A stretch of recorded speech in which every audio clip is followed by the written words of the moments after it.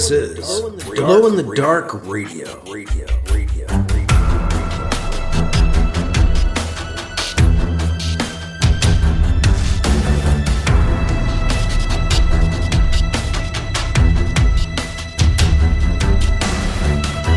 The science fiction podcast with original independent science fiction written and performed by Mike Luoma, with music by Kevin MacLeod. The Vatican Assassin Trilogy and The Adventures of Alibi Jones by Mike Luoma are available in ebook, trade paperback, and audiobook wherever you find your books online. Get links and details at glowinthedarkradio.com. This is the Science Fiction Podcast, Glow in the Dark Radio. I'm your host, your writer and reader, Mike Luoma, and I have Chapter 17, Part 1 of the novel Alibi Jones on this week's episode. Alibi Jones has twisted the truth a bit. He's heading back to the gruesome alien planetoid where they found the alien kidnappers. Doing so without his aunt Anita, his boss the Pope, Mbeke, and Katie knowing. They don't know he's heading there. He's picking up Krish, and they're going. Without really telling anybody. Alibi didn't lie exactly, but again, he kind of twisted the truth. So come along for the ride and see how that goes as we get into Part 1 of Chapter 17 of Alibi Jones, coming up on Glow in the Dark Radio. In book news, I'm celebrating the release of the Chronological Omnibus. The Adventures of Alibi Jones Chronological Omnibus is now out, finally out in print, and it is in digital as well, and you can get both at Indie Planet, indieplanet.com, that's indie with a Y. There's a link in the show notes for that. There's also the digital available there at Indie Planet. You can get the digital as well at drivethroughcomics.com. Also a link in the show notes. And you can get the digital with the guided view at Amazon, which is Comixology. And again, links in the show notes. That has 8 short stories featuring Alibi Jones under the one cover, 110 pages. Color, grayscale, black and white. The print copy is $24.99, and the digital is $9.99. And again, that's in print through indieplanet.com and digitally at Indie Planet, Drive-Thru Comics, and Amazon. Now, I just gave a digital copy for free to my patrons. Patrons just got the PDF of The Adventures of Alibi Jones, Chronological Omnibus, for free. $5 and $10 level patrons just got it. It's nice to be able to do things like that for people who support my work. And if that's you, thank you. And if it's not you and you want to find out more about becoming a patron, just go to patreon.com/glowinthedarkradio. and find out how you can support the podcast for $2, $5, or $10 a month. And $2 is kind of like sustaining, but $5 and $10 patrons often get extra stuff. And you can too. Again, go to patreon.com/glowinthedarkradio or just go to my pages and find out more. Links in the show notes. We're going to get into Chapter 17, Part 1 of Alibi Jones, part of The Adventures of Alibi Jones, Chronological Omnibus, on Glow in the Dark Radio.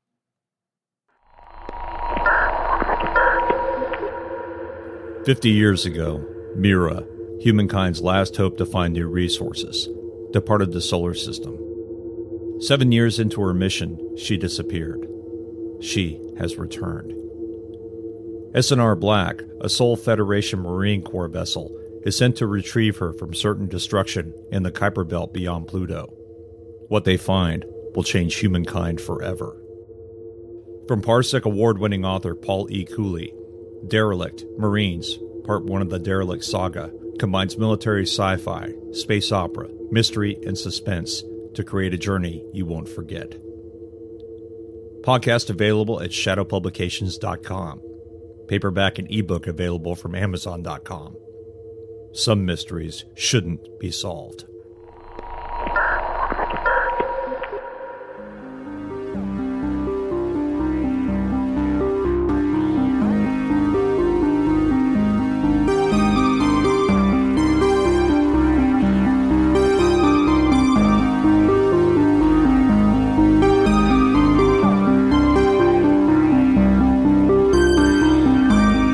Now here's Chapter 17, Part 1 of Alibi Jones on Glow in the Dark Radio. Alibi clears his cruiser out of the Ceres Central Port and begins winding his way through the asteroids out to a safe transspace point. He feels bad about stretching the truth with Anita and Mbeki, but he knows they wouldn't approve of yet another trip to the planetoid. I'd rather not ask. They can tell me later that I shouldn't have, he thinks out loud as he flies through the rocks. The ship's shielding brushes aside microparticles, so the cruiser can move safely through the dense neighborhood of the asteroid belt. 2 hours later, it's safe to make the transspace jump. Alibi takes the ship through transspace.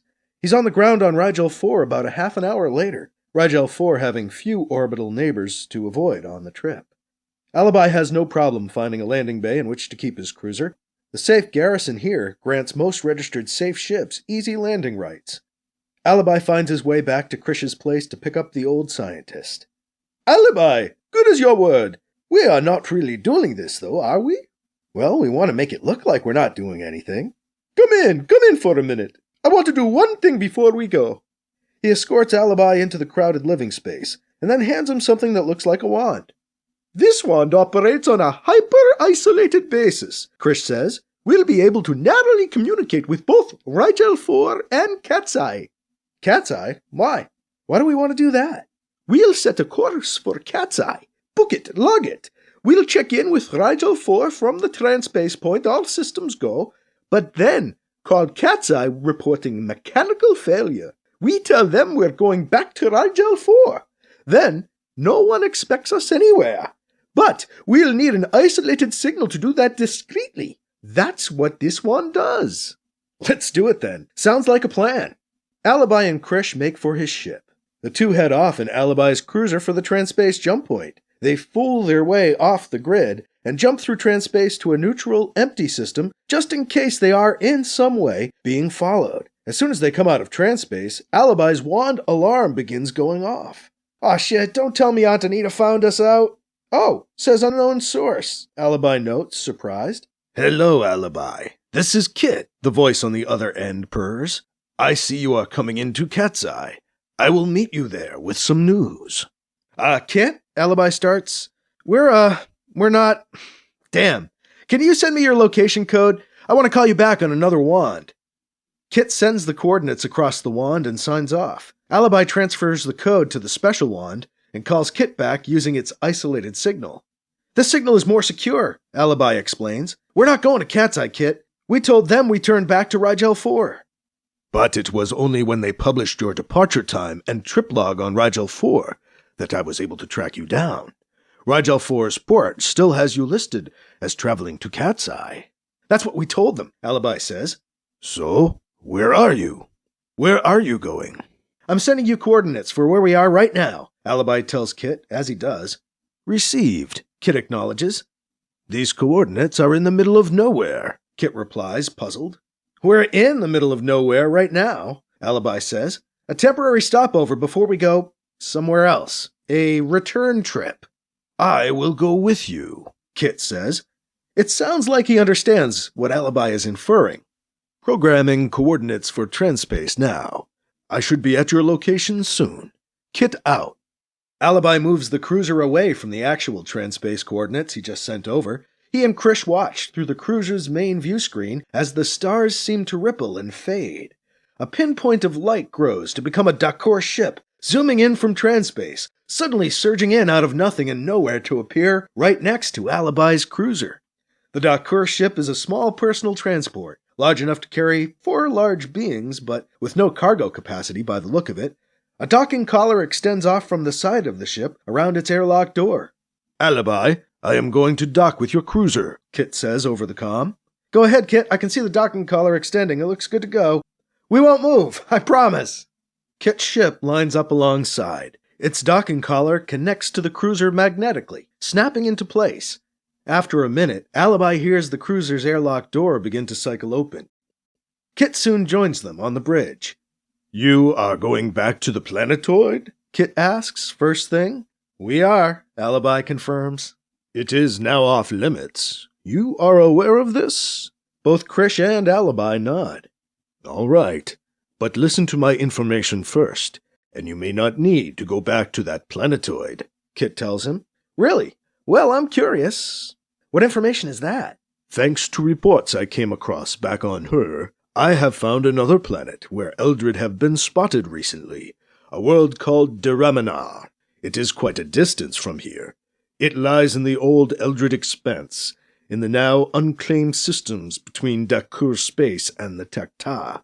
It is in a sort of limbo, similar to our planetoid between Tekta and human space in the old Eldred worlds.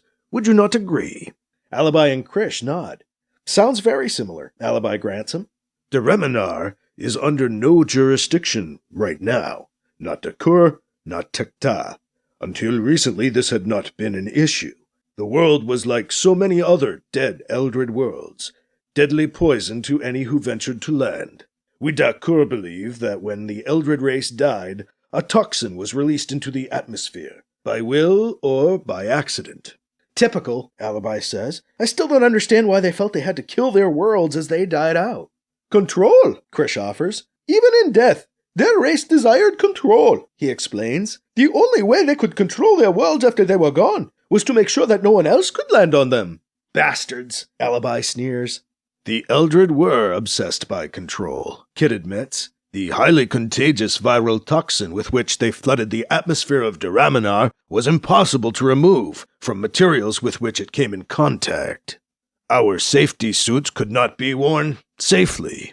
One might be safe inside the suit while one was on the planet, but even after one left Deraminar, there was no way to remove the toxin from the exterior of one's suit without suffering contamination and rapid death, Kit tells them. Nice, Alibi cracks. Deraminar was marked as a death trap and left alone for the last 23 years. Now we have reports of activity in the system. Unknown ships sighted landing on Deraminar. Our probes sent into the atmosphere, when not destroyed, show that the toxin has disappeared, perhaps dissipated or gone dormant, Kit says. But most of our probes have been destroyed before we can take complete atmospheric readings. Someone or something is shooting them down. Oh, really? Alibi says with new interest. Really, Kit confirms. I volunteered to investigate, and discovered the Eldred were there. I was chased off the planet soon after spotting them, but make no mistake, it was them, the same small furry race of killer koalas from outer space, as you once called them, Alibi. I called them that before I had to fight them. There's nothing cute about the Eldred now, Alibi says. There's never been anything cute about the Eldred, except their outward appearance, Krish notes. But, he grows concerned, before we look into the Eldred on Deraminar, we need to go back to Masakov's planetoid, correct? That is still the plan, is it not? I'm setting course for the planetoid, Alibi announces. He punches in the transspace point and sets the ship to jump. If we don't find anything on the planetoid, we can go to Deraminar next. We are not just going there looking for Eldred, Krish tells Kit. You may not be, Kit says to Krish. He nods at Alibi. But he is. Still, Alibi. Is that why you really want to go back? I want to prove what I know to be true, Alibi says. I want people to believe me when I tell them the Eldred are back, so we can deal with the question of why they're back, and why they're working with the Tekta. I don't think we'll find anything to help your case on that planetoid, Krish says to Alibi. The Tekta, or whoever cleaned that place out, want to keep the current existence of the Eldred a secret. I don't think they've left anything behind for you to discover. Well, if I may ask then, Kit inquires of Krish, why are you going? Tachyons, Krish declares. I found many tachyon particles on and around Masakov's body. I do not know that word, Kit replies. Well, let's see. Tachyons aren't actually particles, they're strings, because if they were particles, they wouldn't exist. Has to do with negative mass squared, imaginary mass, and... Krish trails off. It is hard to explain without writing down the equations. I do not know that I would understand your equations, Kit says. Right, Krish agrees. Let me see. We've been able to detect them since we discovered we were actually creating them, as we looked for them in the future. Then we figured out how to compensate for that, so we could detect tachyons we weren't creating, and we found them. Because these things move faster than light, they move outside of time, in both directions. At least, the ones we detect seem to. But we've only been able to create ones that move forward into the future. These tachyons travel through time? Kit asks. They seem to, Krish says. So, could somebody hitch a ride on them? Use them to travel through time? Alibi asks. Sounds pretty far-fetched. That is because it is far-fetched, Krish says. You would have to find a way to attach yourself to something that has no actual mass in our 3 dimensions. And then you would need a whole lot of them. So far we cannot produce very many, and not all at once. So, you wish to check for tachyons on the planetoid? Kit asks him. I do.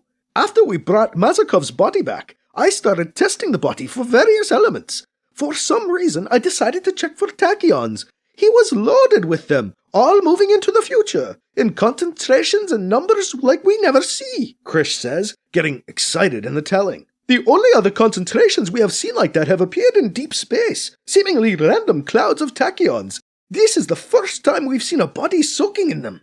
Do you think he was attempting to move through time? Kit asks Krish. He did flail a lot, Alibi notes. Maybe, Krish answers Kit, but maybe not his body. If Mazakov had some way to isolate his bioelectrical energy matrix, he might have... Well, it just seems unlikely. We can see he didn't go anywhere, and the effort killed him. The flailing, right? Alibi jokes. And the lesson we learned from the story is, kids, don't play with tachyons. We'll measure and see what the levels look like down there, where you two saw that machine of his, Krish explains. Perhaps we should take my craft to the planetoid. It is smaller, Kit notes. Can't, Krish says. The tachyon detector is very large. Not truly portable, actually. It's in the cargo bay. We'll have to land the ship next to where we want to use it, he explains. Very well. I will leave my craft here then and travel with you. I will secure my ship and unlock the docking collar momentarily, Kit tells them. He leaves to go back to his ship. He's back on the bridge within the half hour. I must disengage my ship, Kit tells them. He sits down in the co-pilot's seat and runs through commands that set his ship free to float away from the cruiser. I suppose that it is safe to leave it here, seeing that this is nowhere, Kit says. Should be, Alibi agrees. How will we get past the Sentinel satellite? Kit asks, turning back to the matter at hand. He designed them, Alibi tells Kit, nodding at Krish, who's smiling proudly. He tells me that's not going to be a problem.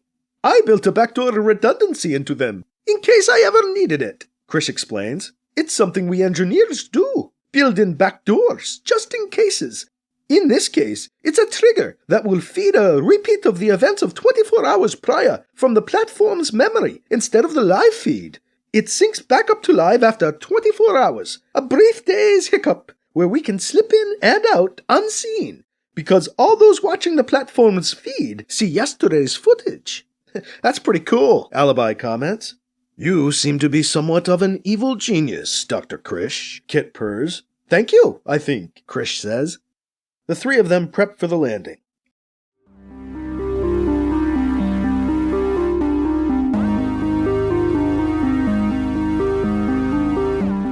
That was Alibi Jones, Chapter 17, Part 1, on Glow in the Dark Radio. An evil genius? Well, thanks to Krish, Alibi and his ship have kind of disappeared, so they can investigate the Masakov planetoid and now, also, Duraminar. Thanks to Kit. Kit, of course, a surprise appearance, meeting up with them as he sought them out, with new information he'd discovered on her.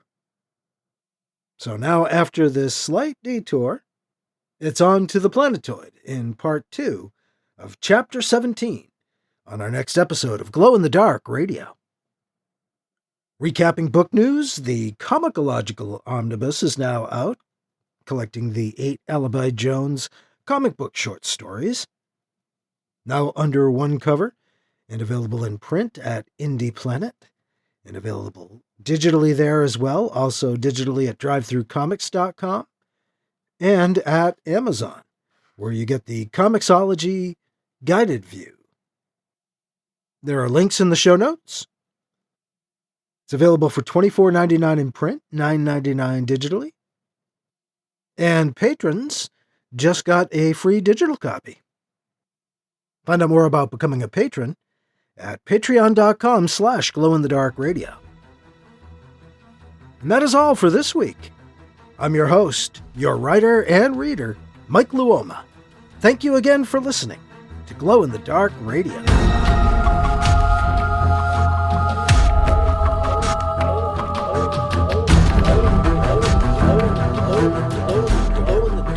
Glow in the Dark Radio.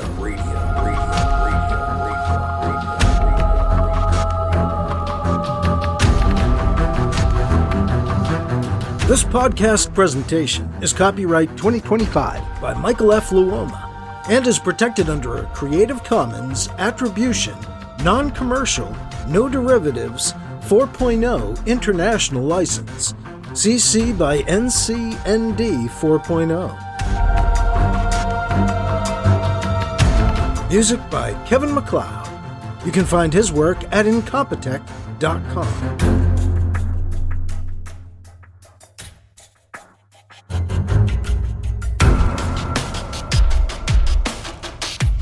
Mike's books are available in ebook, paperback, and audiobook, wherever you find books online.